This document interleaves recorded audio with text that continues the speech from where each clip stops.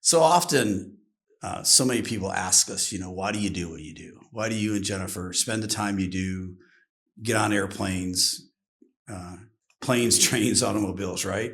Why would you go to Europe? Why do you spend the time that you do? Why are you so committed? And the thing that really hits me is I'm going to age myself, but the Simon Sinek video on why, original YouTube blow up viral, video he had really talked about people don't care what you do or what you make.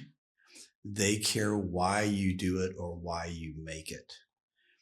And that is what really drives Jennifer and me kind of in this phase of life we're in is when you think of working with families of wealth, not that every family doesn't have influence, not that every individual doesn't have influence, not that every being isn't created by God for impact.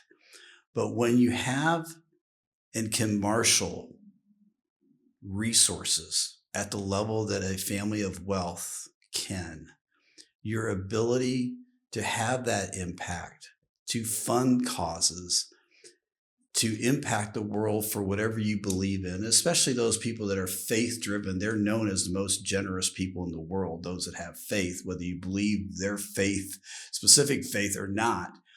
All of a sudden, it raises the bar for how you serve them, what drives you to scale, and what drives you to spend time until midnight trying to figure out how to help them solve some type of relational challenge in their family, which is where we sit.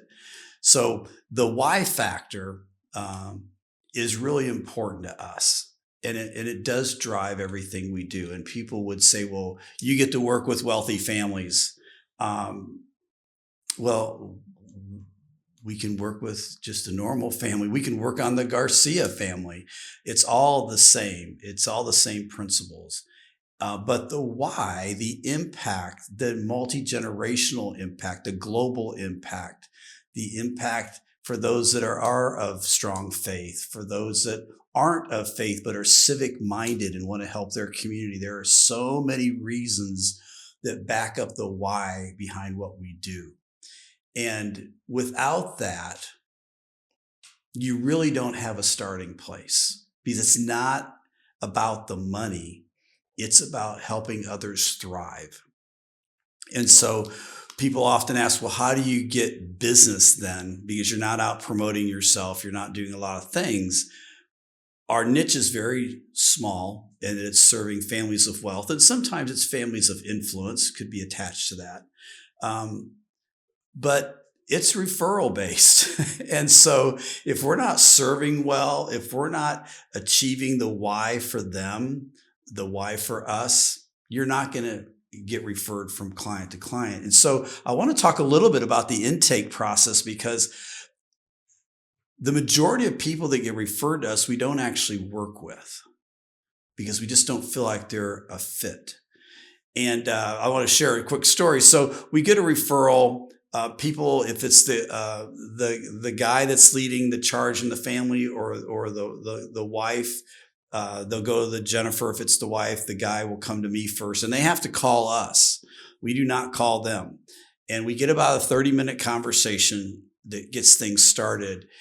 And with that said, within that, if we agree that their situation's a good fit, that Jennifer and I are the best option, not the good option, but the best option for them, we ask them to fill out an information form. But here's the key.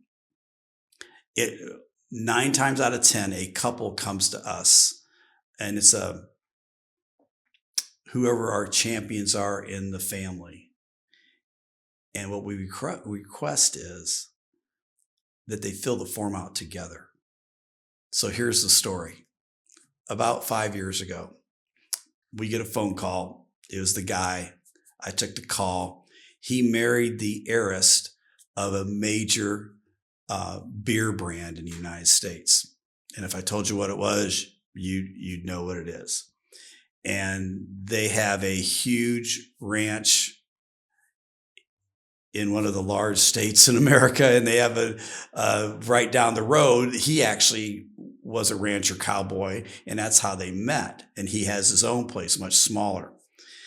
And so we talked through the situation. It was a fit. And I said, I'm going to email you this form, and I need you and your wife to sit down and do it together. So he's all excited. I send it to him. And the key is they do it together. It's kind of the beginning of our vetting system, that if they can't fill out a form together, they probably are not going to work through our process with us. And so he's all excited. He gets all the information. He sends back the form like in 2 days, and we schedule a call. He and his wife get on the call with us. And within a minute, we find out that he filled the form out all by himself, and she didn't even know why she was on the phone with us. And obviously, then for us, it tells us they're not connected enough to even do the form. And we didn't work with them. But within the form, here's what's so magical is you can collect all the data you want. And you can have 3 or 4 questions that have 3 or 4 answers inside our form. It's pretty standard. But we're not really looking for the answers. What we're really looking for is what's between the answers. So we ask couples or an individual family champion, what are your 3 family strengths? What are your 3 family challenges? What are the top 3 things you enjoy doing together? Those 3 questions tell us everything we need to know. Because when we get them on the phone, we're not actually asking specifically about their answers, but we're asking them to go deeper. And I think that's the beauty of this work is nobody's even, who is having this conversation? So one of our strengths is we enjoy the family business. Why? One of our challenges is we enjoy the family business. Okay, why? We like to go on family vacations as a tradition. Why? These forms in our intake process with these families of wealth give us so much more information than just the answers.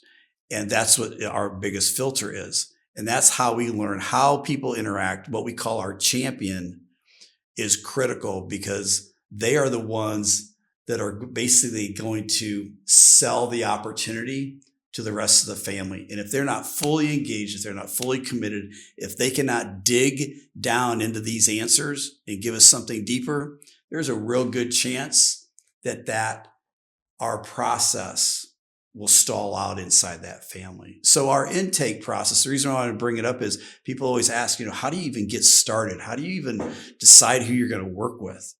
It's all about a real regimented intake process that we feel, God truly gave us to help us vet opportunities and only work with those that are fit us best, not just good. And then I'll close with this on this topic, and that is, as we move that into the DNA of our clients, what they start doing as they're processing with us is they start realizing what is good in their world versus what is best.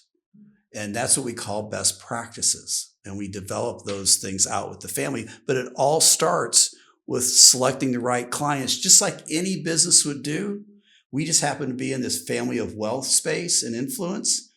And we know that our moves only work best for clients that really fit our skill sets. So we may accept 25% of what gets referred to us.